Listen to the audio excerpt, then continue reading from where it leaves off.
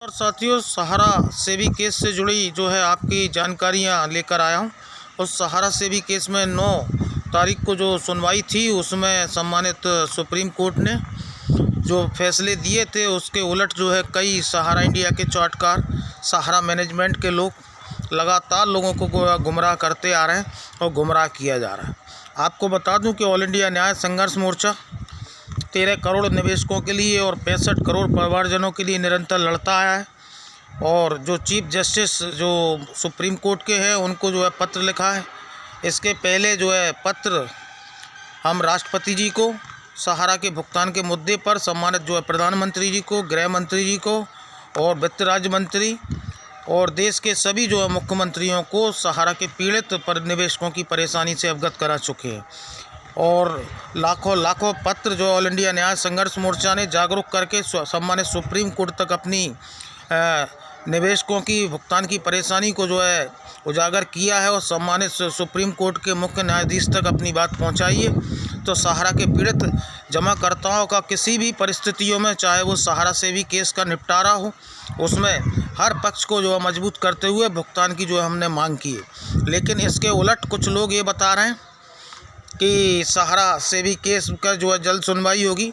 तो जो अवमानना का केस है जिसमें पूर्व में सम्मानित सुप्रीम कोर्ट ने 24,700 करोड़ रुपए जमा करवाने का आदेश दिया था, जिसको सहारा प्रबंधन द्वारा अभी तक वर्तमान में 16,000 करोड़ रुपए जो जमा करवाया गया है, उसका जो शेष राशि बचती है वो 8,000 करोड़ वो भी जो है जमा करवाने का आदेश दिया है। और जो वकील जो केस लड़ रहे हैं उसको इसी सहारा सेवी केस के जो जमा धन है उसी में से उनको फीस दी जाएगी।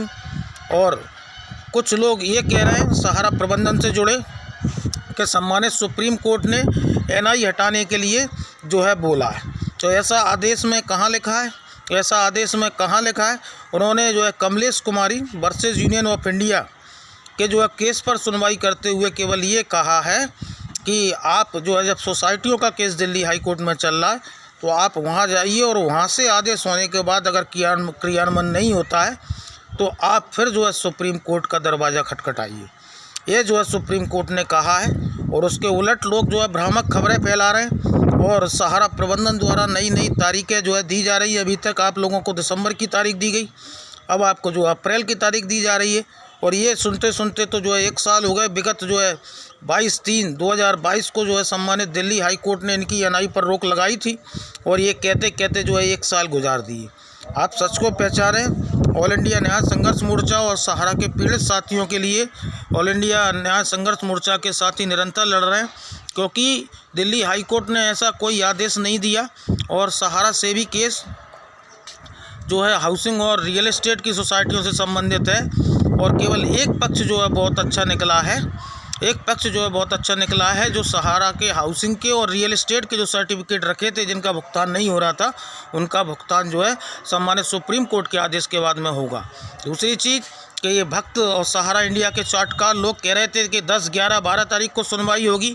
तो सबसे पहले आपको न्यूज़ दुनिया चैनल ने ही बताया कि 9 तारीख को जो है केस को जो है निर्धारित किया गया है और इसकी सुनवाई 18, 19 और 20 अप्रैल को होगी।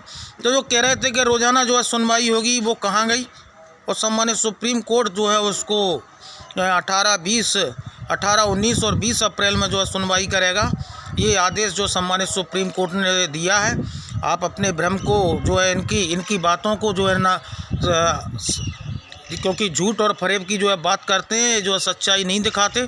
और कई मैं ग्रुपों में देख रहा हूं कि लोग जो है गुमराह हो रहे हैं, इनकी चिकनी चुपड़ी बातों में आ रहे हैं। और हकीकत यही है कि इनके भ्रम से दूर रहें। ये निरंतर जो है तारीख और तारीखों का खेल खेलते हैं। इनसे पूछने की ज़रूरत है कि जो धोखाधड़ी के केस में करुणेश अवस्थी जो है गिरफ्तार हुए हैं उसका क्या।